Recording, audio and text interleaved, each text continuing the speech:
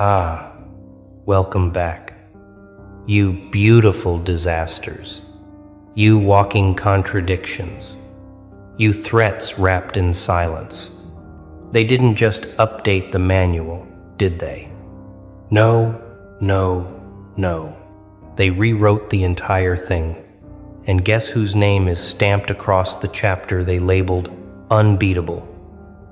Yours. Yeah, you heard that right.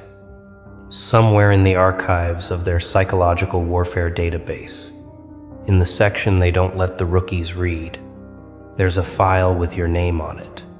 And next to it, in bold red letters, it says one word: untouchable.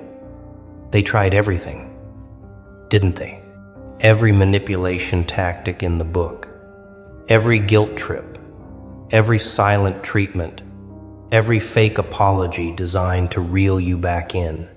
They studied you like a case file, analyzed your weaknesses, documented your patterns, and yet, here you stand. Unbroken, unbothered, and worst of all for them, uncontrollable. Let me tell you something they'll never admit out loud. When they send someone new to deal with you, to try and crack your code, to test if you're still the same person they remember, that person gets briefed. They get handed a document, a profile, a warning label, and somewhere in that document, buried between the psychological assessments and behavioral predictions, there's a note that makes even the most confident manipulator pause. It says something like this: subject has developed immunity to standard manipulation tactics. Emotional leverage ineffective. Guilt mechanisms non-responsive. Fear-based control obsolete. Approach with extreme caution, or better yet, do not approach at all. That's you. You're not just a chapter in their manual anymore. You're the revision that made them throw out half the strategies they used to rely on. You broke their system by refusing to play their game. They thought they had you figured out, didn't they? They thought they knew exactly how you'd react to each move they made. They expected tears. They got silence. They expected begging. They got boundaries. They expected you to chase. And instead, you walked away so smoothly, it looked choreographed. You didn't just survive their warfare. You studied it, memorized it, and then you flipped the entire script on them. Now they're the ones confused, scrambling, trying to make sense of how someone they once controlled has become someone they can't even predict. And that confusion, that's your power. Because confusion leads to fear, and fear leads to respect. And respect from people who once disrespected you tastes like cold, beautiful justice served on a silver platter you didn't even ask for. Here's what they don't tell you in those self-help books or therapy sessions. Resilience isn't just about bouncing back. It's about becoming so fundamentally different after the fall that the people who pushed you don't even recognize what you've become. They remember the old you, the one who apologized too much, the one who explained themselves to people who never deserved an explanation, the one who stayed when they should have run. But that version, gone, deleted, erased from the server. And what replaced it is something they have no manual for, no strategy against, no countermove prepared. You became the glitch in their system, the variable they couldn't account for, the outcome they never saw coming. And now they're stuck watching from a distance, whispering to each other in confusion. What happened to them? When did they change? How did they become this? Let's talk about that word they use when they can't quite articulate what you've become. Dangerous. Not because you're violent, not because you're cruel, but because you're free. Free from their opinions, free from their judgments, free from the desperate need to be understood by people who were never capable of understanding you in the first place. You know what's truly dangerous to a manipulator? Someone who's learned to validate themselves, who's built their own throne out of the ashes of every bridge that was burned, who looks at isolation not as punishment but as peace. They wanted you dependent, desperate, constantly seeking their approval like a starving animal. Instead, you learned to feast on your own strength. And now you're so full you can't even remember what hunger felt like. They used to have power over you because they had something you wanted: acceptance, validation, love, belonging. But then something shifted. You stopped wanting anything from them.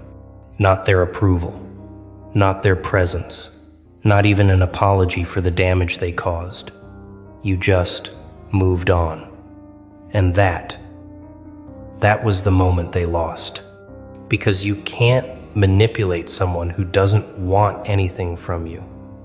You can't control someone who's already walked away emotionally, even if they're still standing in the same room.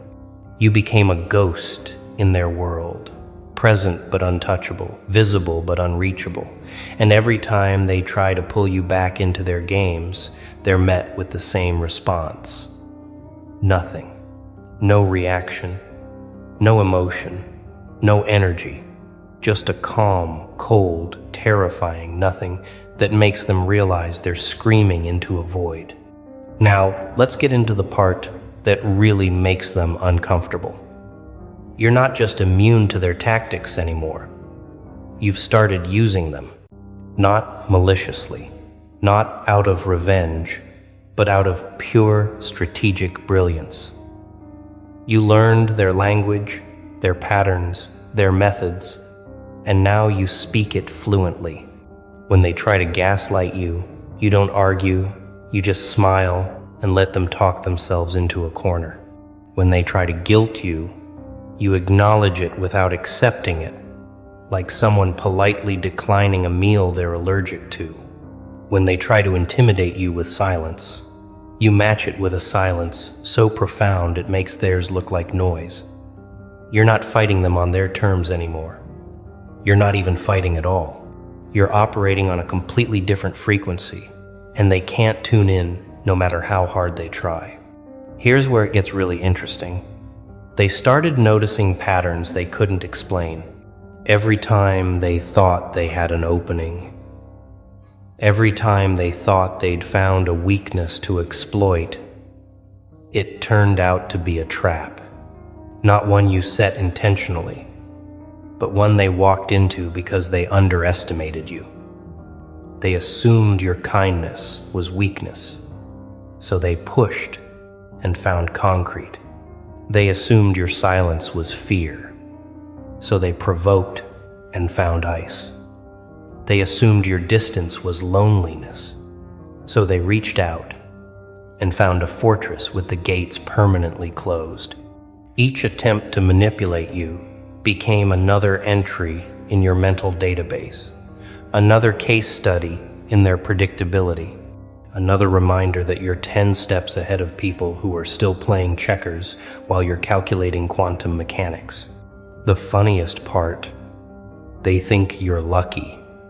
They think you just happened to stumble into this strength, this clarity, this unshakable foundation. They have no idea about the nights you spent rebuilding yourself from scratch, the silent battles you fought alone, the versions of yourself you had to kill just to survive. They don't see the work because you don't broadcast it. You don't need an audience for your transformation. You don't need witnesses to your evolution. You did it in the dark, in the quiet, in the spaces between their awareness, and by the time they noticed, it was already done. You weren't becoming unbeatable. You already were. And they just finally saw it. They want to know your secret. They ask subtle questions, fishing for information they can use or replicate. How did you get so confident? They ask, hoping you'll give them a formula they can copy. But there is no formula. There's only fire. There's only the willingness to burn everything false until only truth remains. There's only the courage to face yourself in the mirror without filters, without excuses, without the comfortable lies you used to tell yourself to get through the day. You didn't find confidence in a book or a seminar or a motivational speech. You found it in the wreckage of your old life, buried under the rubble of who you used to be, waiting for you to dig deep enough to recognize it. And now they're rewriting sections of their manual specifically because of you.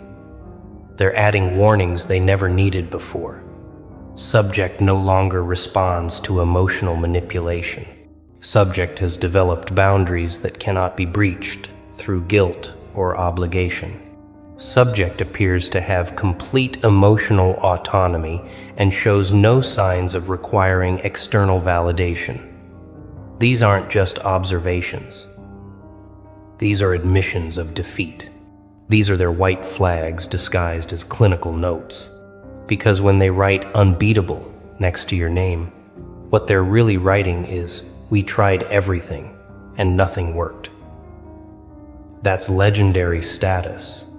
That's the kind of reputation that precedes you, that changes how people approach you. That makes manipulators think twice before even attempting to engage. Let's address the elephant in the room. Some of you are wondering if this makes you cold, if this transformation cost you your humanity, if becoming unbeatable means becoming unfeeling. Here's the truth that'll set you free. You're not cold. You're selective. You're not heartless. You're protected. You're not cruel. You're clear. There's a massive difference between building walls to keep people out and building gates to keep the wrong people out. You didn't close yourself off to connection. You closed yourself off to dysfunction. You didn't become immune to love. You became immune to manipulation disguised as love. And anyone who can't tell the difference was never meant to be in your life anyway. They'll try to make you feel guilty for your strength. They'll say you've changed, that you're not the same person anymore, that you've become harsh or distant or cold. Let them. Because what they're really saying is, you're no longer easy to control, and I don't like it. Their discomfort with your growth is not your responsibility. Their inability to adapt to the new you is not your problem. You don't owe anyone access to a version of yourself that you've outgrown, especially not the people who benefited from that version's weaknesses. You evolved, and evolution always leaves something behind. In your case, it left behind the people who preferred you small. Here's what happens next. And this is where it gets truly beautiful. You stop looking for validation in their eyes because you've found something better, clarity in your own. You stop waiting for apologies because you've realized forgiveness is something you give yourself, not something you need from them.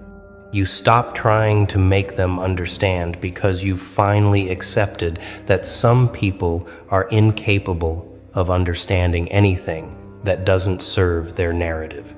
And in that acceptance, in that release, you find a peace so profound it feels almost otherworldly. You're not fighting anymore. You're not proving anymore. You're just existing in your power. And that existence is so solid, so grounded, so undeniable that it needs no announcement, no explanation, no defense. The psychological warfare manual had to be rewritten because you broke the old one. You didn't follow the predicted patterns. You didn't respond according to the established models. You didn't break where you were supposed to break or bend where you were supposed to bend. Instead, you created new patterns they couldn't predict, new responses they couldn't categorize, new strengths they couldn't account for. You became a case study in human resilience that doesn't fit their neat little theories about trauma and recovery and the timeline of healing. You healed on your own schedule, in your own way, and the result is something they can't replicate, can't bottle, can't teach. You're not just unbeatable, you're unprecedented. Now they study you differently, not with contempt, but with something closer to reluctant respect, maybe even fear. They watch how you move through life without their approval, how you make decisions without their input, how you thrive without their presence. And each observation adds another line to your chapter in their manual. Subject appears to operate independently of social validation. Subject demonstrates unusual resilience to rejection and isolation. Subject has converted all previous weaknesses into strategic advantages. Translation: you learned the game so well you stopped playing it entirely. You transcended their level of operation. You're not competing with them anymore. You're not even on the same playing field. You're somewhere else entirely. Somewhere they can't follow, no matter how hard they try. Let me tell you about the moment they finally understood they'd lost. It wasn't dramatic. There was no confrontation, no final showdown, no last conversation where you told them exactly what you thought. It was quieter than that, more subtle. It was the moment they reached out, expecting the same old response, and got something completely different. Maybe it was your tone, calm where it used to be anxious. Maybe it was your brevity, short where it used to be explanatory. Maybe it was your energy, present but untouchable, polite but distant. Whatever it was, they felt it. They felt the shift. And in that moment, they realized you weren't theirs anymore. You weren't anyone's. You were yours, completely, entirely, undeniably yours. The chapter about you doesn't just say unbeatable. It includes something else too. Something they only add in the rarest of cases. It says dangerously effective. Because you're not just defending yourself anymore. You're building something, an empire of self-sufficiency, a kingdom of inner peace, a fortress of boundaries so well constructed that even the most skilled manipulator looks at it and thinks, not worth it. You're not just surviving their games, you're winning a completely different game they don't even know exists. While they're still focused on control and manipulation and power over others, you've moved on to something infinitely more valuable, power over yourself. And that kind of power, that's the kind that changes everything. They'll tell stories about you, in their private conversations, in their therapy sessions, in their late-night reflections. Your name will come up, not with anger anymore, not with resentment, but with something more complex, a mixture of regret and confusion and grudging respect. They'll wonder how someone they thought they knew so well became someone they can't recognize. They'll replay moments, looking for the exact point where you changed, where you became this person they can't reach. But they'll never find it because there wasn't one moment. There were thousands of tiny decisions to choose yourself, thousands of small acts of self-preservation, thousands of quiet moments where you rebuilt your foundation one brick at a time while they weren't watching. Here's the part that will echo in their minds forever. You didn't need revenge. That's what makes you truly dangerous. People who seek revenge are still attached, still bound to the people who hurt them, still giving their power away. But you just left, not with fanfare, not with a final speech, not with a dramatic exit. You just faded from their frequency. You stopped showing up emotionally. You stopped investing energy. You stopped caring about their narrative. And that indifference, that complete and total indifference, is more devastating than any revenge could ever be, because it means they're not even worth your anger anymore. They're not worth your hate. They're not worth anything. They're just background noise in a life that's moved on without them. The manual says you're dangerously effective because you've mastered something most people never learn. You've learned how to be in the world without being of it. You're present but not attached, engaged but not dependent, connected but not consumed. You found the balance between staying soft enough to experience life fully and staying strong enough that life can't break you. You're like water now, adapting to any container but never losing your essential nature, flowing around obstacles instead of crashing into them, powerful in your gentleness and gentle in your power. And that combination, that's what they can't handle. That's what makes their strategies obsolete. They thought breaking you would be easy. They had all the tools, all the techniques, all the experience. They'd done it before to others. They knew the patterns. They knew the pressure points. They knew exactly where to apply force to make someone crumble. And they used all of it on you. Every manipulation, every lie, every betrayal, every abandonment, every form of psychological warfare they could deploy. And you took it all, not passively, not as a victim, but as a student. You studied their methods while they were using them. You learned their language while they were speaking it. You understood their game while they were playing it.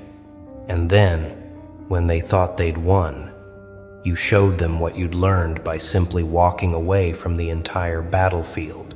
Now, they're stuck with a problem they can't solve. They can't break someone who's already been broken and rebuilt themselves stronger. They can't manipulate someone who's already seen every trick in the book. They can't control someone who's found something better than their approval. And they can't understand someone who's operating on a level of consciousness they haven't reached yet. So they do the only thing they can do. They add you to the unbeatable chapter. Mark your file as dangerously effective and move on to easier targets. Because trying to crack you isn't just ineffective anymore. It's exhausting. It's demoralizing. It's a waste of their time. And deep down, in a place they'll never admit out loud, they're relieved you're no longer their problem.